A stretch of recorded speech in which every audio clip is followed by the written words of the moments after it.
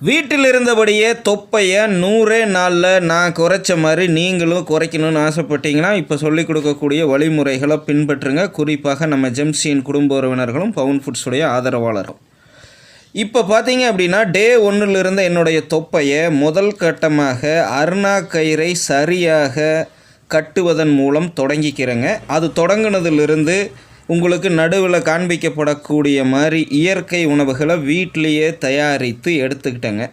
அப்படி பயணித்து வந்த தருணத்தில் 100வது நாளில் நான் எந்த அளவுக்கு வயிற்றை குறைத்திருக்கிறேன் அப்படிங்கிறத இந்த பக்கம் கடைசியில் நீங்கள் பார்க்குறீங்க. டே 100 அப்படின்னு போட்டிருக்கிற இடத்துல.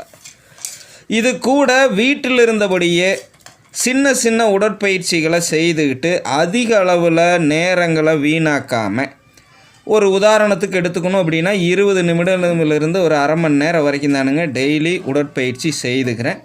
அந்த உடற்பயிற்சியை செய்துக்கிட்டு இப்போ நான் குறைத்து காண்பித்திருக்கிறத உங்கள் முன்னாடி ஆதாரமாக வைக்கிறேன்.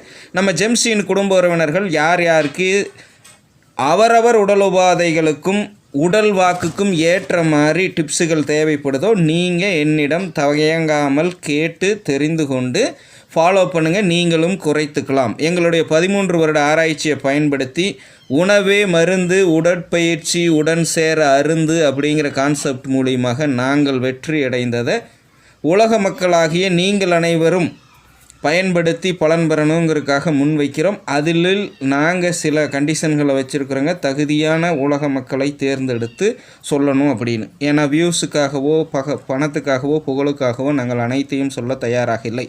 நாங்கள் எதிர்பார்க்கும் தகுதி தற்சார்பு சுயசார்பு வாழ்க்கையை அமைத்து கொண்டு நம்ம நாடு வல்லரசாகணும், அனைத்து உலக மக்களும் ஆரோக்கியமாக இருக்கணும், அதற்கு தங்களுடைய பங்களிப்பை தரணும்னு யாரெல்லாம் நினைக்கிறீங்களோ அதுதானுங்க தகுதி. மற்றபடி வேறு ஒன்றும் இல்லை. பெரிய சிதம்பர ரகசியமெல்லாம் அல்ல.